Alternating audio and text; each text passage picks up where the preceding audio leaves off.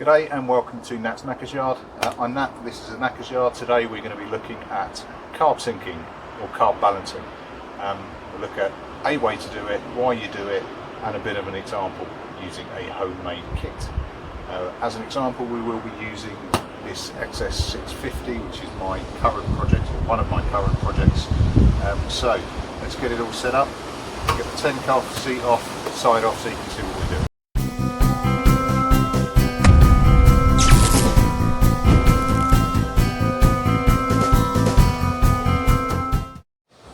Okay, so that's the tank off, seat off, side off, and this is running off AirPods rather than an AirBox, much to my dismay, but I've taken those off as well. So the basics, what does an engine need to run? Well, it needs four things. It needs spark, it needs compression, it needs fuel, and it needs air. So what? Well, in this case, the spark is coming from the coil into the spark plug to give it that spark. The compression is from the pistons within the engine block itself.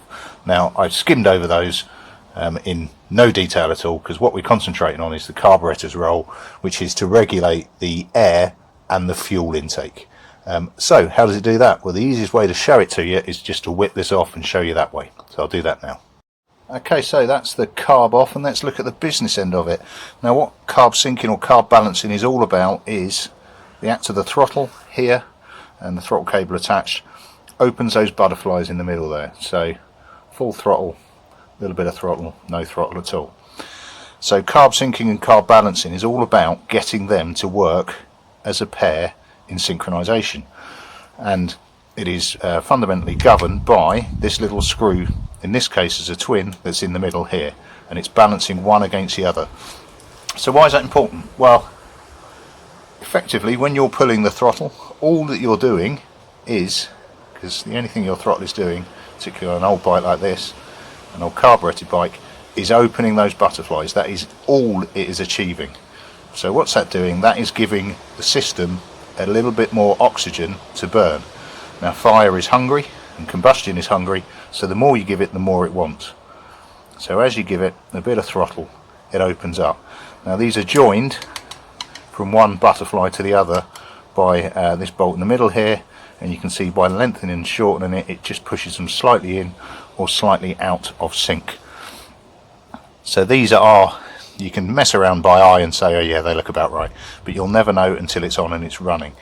And different bikes require a little bit of bias on one side or another, particularly dependent on the state of the pistons that they're feeding in the first place.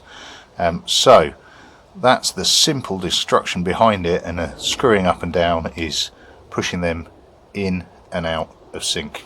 So what we do is chuck them back on the bike and have a look at how that works. Okay, so that's the carbs back on. I put the pods back on this one, not just for the gratuitous advertising on my site there, but actually this bike is quite finicky and doesn't like no air resistance at all. I've got a secondary tank on. Yours doesn't have to look like a bong, mine just does. And the reason I'm doing that is for demonstration purposes more than anything else. You can do this with your tank on.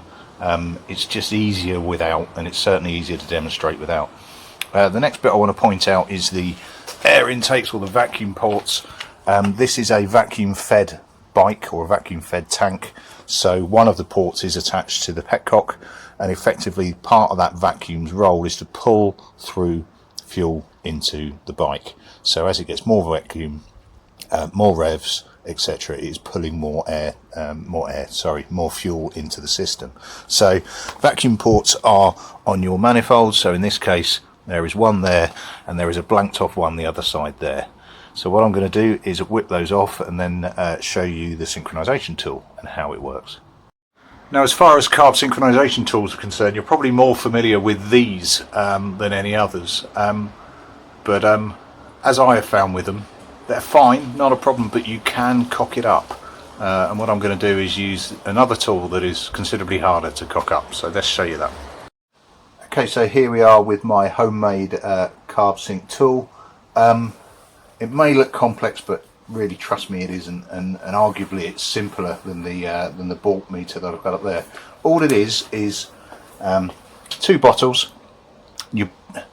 So you have to use glass. You're better off with glass because you are measuring vacuum here, and obviously if you put a plastic bottle in your mouth and suck hard enough, it will crush. And believe me, if you try it on your bike, it will crush as well. Not good.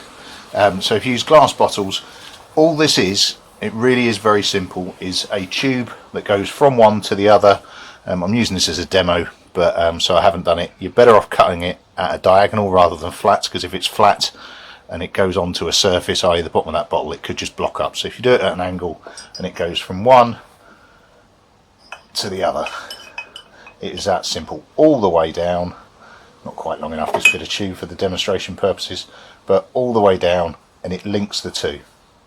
Okay, so that's stage one. Stage two is to get another tube and just run it from each, and they're the ones that attach to the vacuum ports or the vacuum bulbs on the bike itself. Now the important thing with the other tube is that they just bridge the top. You don't want them going further down, because they're going to your engine, or well, certainly to your carburetor ports. What you don't want is to suck through whatever fluid you're going to use in there, so you want it nice and high. Okay, so do one. Before you do the other, put the liquid in, otherwise you're never going to get it in. Put the liquid in, and the second important bit is to make sure that the complete volume of both of those doesn't go up to the top of there. You want it to stop about the bridge mark there.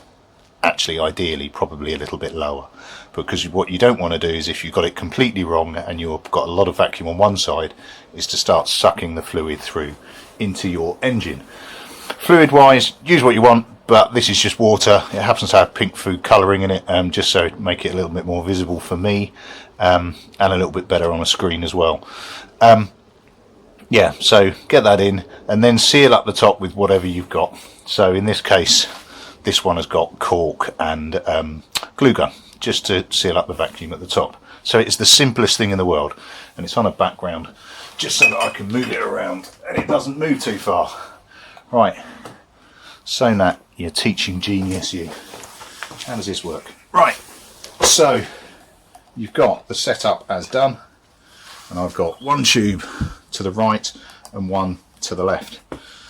Now, under constant suction, they're not going to move.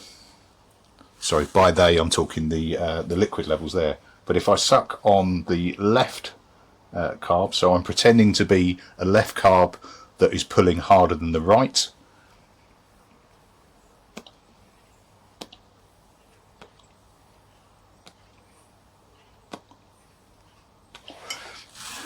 oh, I'm lightheaded. And you can see, I'll just block that off because it's starting to naturally settle. You can see that the left went up. Now that's what you're looking for. Not necessarily that the left is higher, but the left is moving still, either up or down. So if it's moving too far left,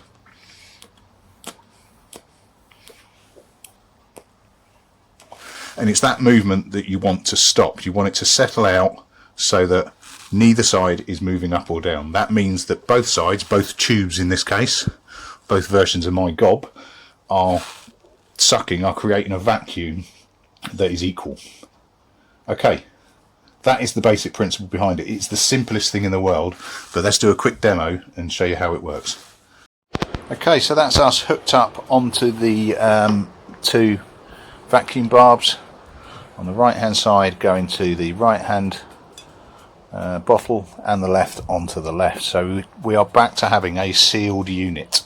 So what we're going to do is start it up and watch for the change in the bottles. Now they shouldn't be far off on this because I have done it before.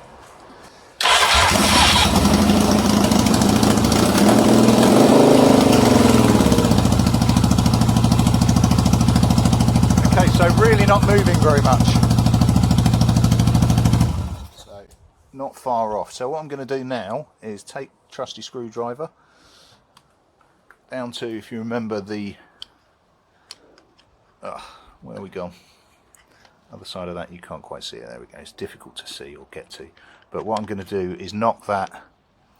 Well, where are we? We're about 2 o'clock on that. So if I knock that sort of like a quarter turn left, I need 2 hands to do that because it's slightly awkward. And knock it quarter turn left, and then we'll see what happens. So we'll sit on engine on.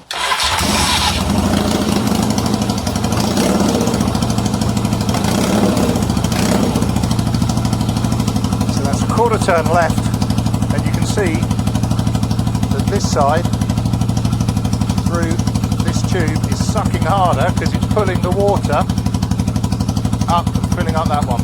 Okay, so that's quarter turn left. Let me just do it the other way.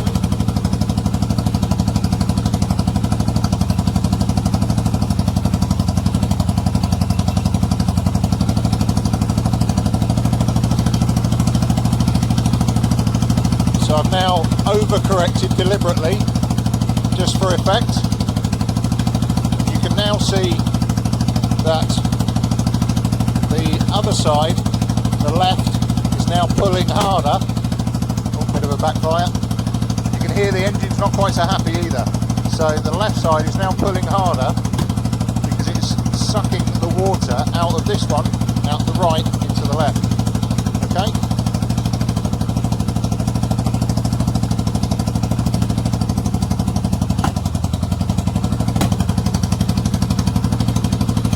So I've just backed it off and gone back to where it was to start with.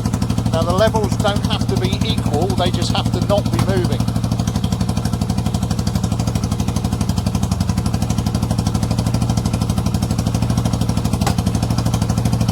So the easiest way to check if they're moving at all, and the beauty of it being glass, stick a bit of pen on.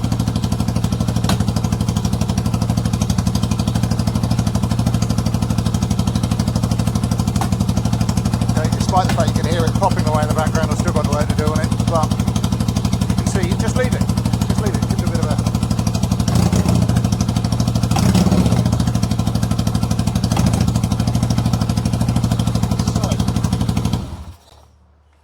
So, they are balanced, because it held at the same level. Again, doesn't have to finish on a dead flat, looks better on the camera, but doesn't have to finish on the dead flat. It just needs to not be moving, because that means for that water not to be sucked from one side to another or the other side to the other, means that the suction on them is equal, so your carbs are balanced. There we go, simples. Okay, so that's the basics of carb syncing or carb balancing. I hope you enjoyed it. A little bit more instructional than most of my videos that are a little bit more entertainment than they are instructional, but I hope you found that useful. If you enjoyed the video and if you enjoyed the bike, please feel free to like, subscribe, etc., and you'll see a lot more of this bad boy and a few other bikes as well. Thanks very much, catch you later. Ta-da.